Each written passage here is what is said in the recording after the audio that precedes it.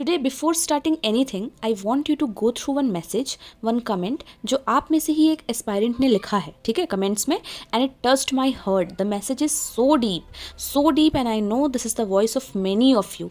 Just read it once. Pause the video and read it once. I hope आप सभी ने ये message पढ़ लिया होगा. I have been at your place and I can understand and we can understand what you are going through. ठीक है, यहाँ पर हम सिर्फ आपकी ही नहीं, जिन्होंने ये कमेंट लिखा है सिर्फ आपकी ही नहीं, अब हम यहाँ पर जनरलाइज करके ये बात करेंगे कि प्रॉब्लम्स आखिर कहाँ कहाँ पर आती हैं, क्या प्रॉब्लम्स स्टूडेंट्स को फेस करनी पड़ती है. Because I have been at your place, I know कि क्या प्रॉब्लम्स आ सकती हैं. ठीक है, यहाँ पर we will discuss the problems as well as the solutions from my side कि आप उन सिचुएशंस को कैसे डील कर सकते हैं. ठीक है, प्रॉब्लम्स क्या क्या हो सकती हैं. एनवायरमेंट, सोशल इवेंट्स, आपकी कंडीशंस जो भी हैं, आपको डीमोटिवेट किया जा रहा है, फाइनेंशियल इश्यूज हो सकती हैं, टाइम टेबल नहीं बन पा रहा है, रूटीन नहीं बन पा रहा है. See first of all environment. देखिए, एनवायरमेंट आपको कोई भी बना बनाया नहीं मिलेगा.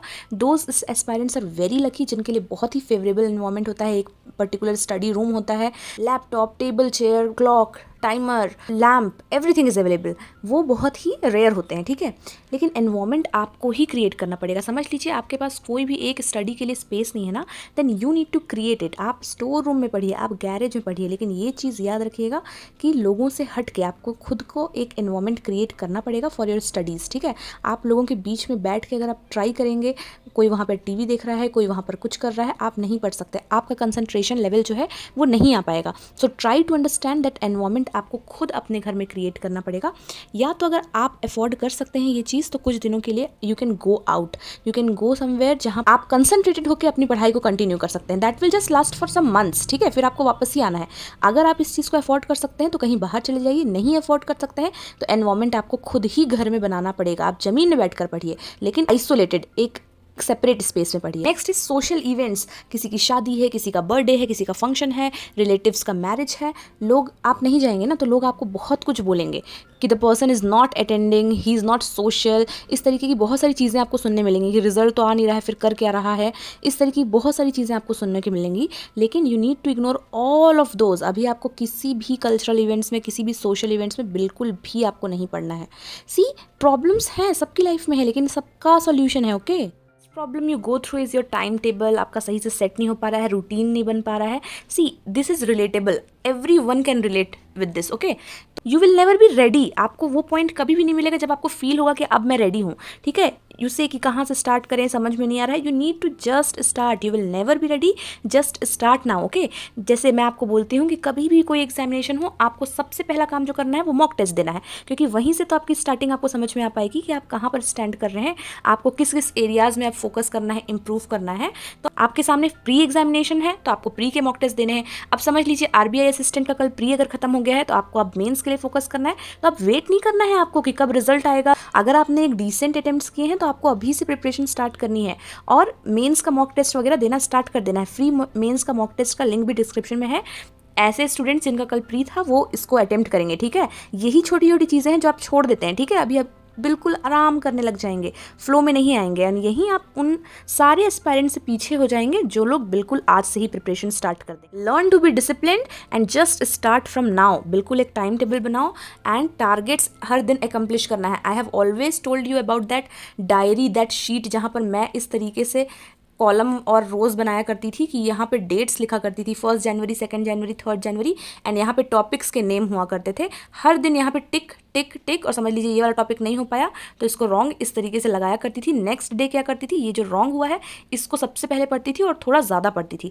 और हर दिन हमको ये चीज़ इंश्योर करना है कि हमारे टारगेट्स एकम्प्लिश हो रहे हैं कि नहीं, क्योंकि आप जब तक इस तरीके का एक शीट नहीं बनाएंगे, जब तक आपके माइंड में ये क्लैरिटी नहीं रहेगी कि हमें क्या पढ़ना है, कितने देर तक पढ़ना है, तब तक आप एक ही सब्जेक्ट, हो सकता है ना कि आपका पूरा एक दिन बीत जाए और उसमें आप एक ही सब्जेक्ट पढ़ रहे थे, बिल्कुल प्रोडक्टिविटी नहीं आती है. ठीक है, 1-2 सब्जेक्ट में ही आपका पूरा दिन बीत गया. मुझसे पूछेंगे कि आपको क्या स्ट्रैटेजी रखनी है, what should be your strategy.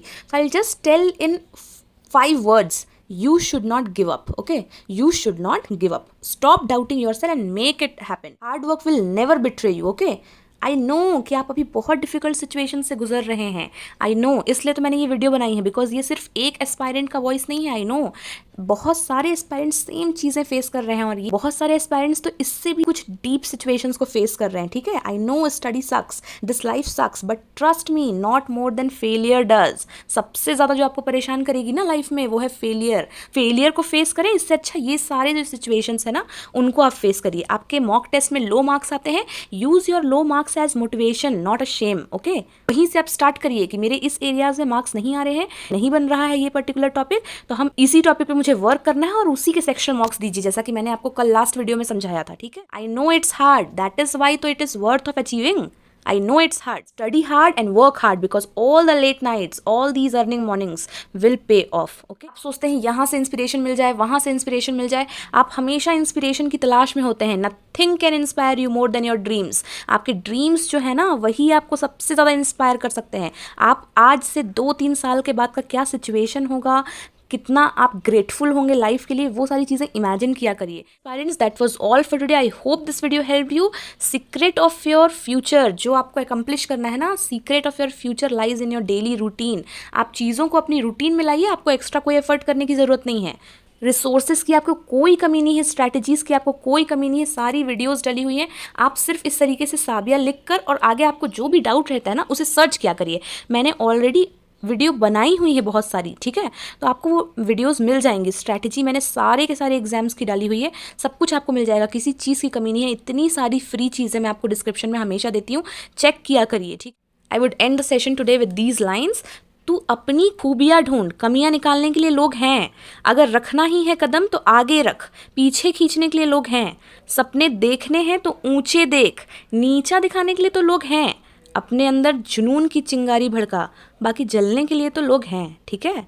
So that was all for today. This is Sabiya signing off. See you in our next session. Till then, stay happy, stay motivated, stay blessed and keep learning. Thank you so much for watching.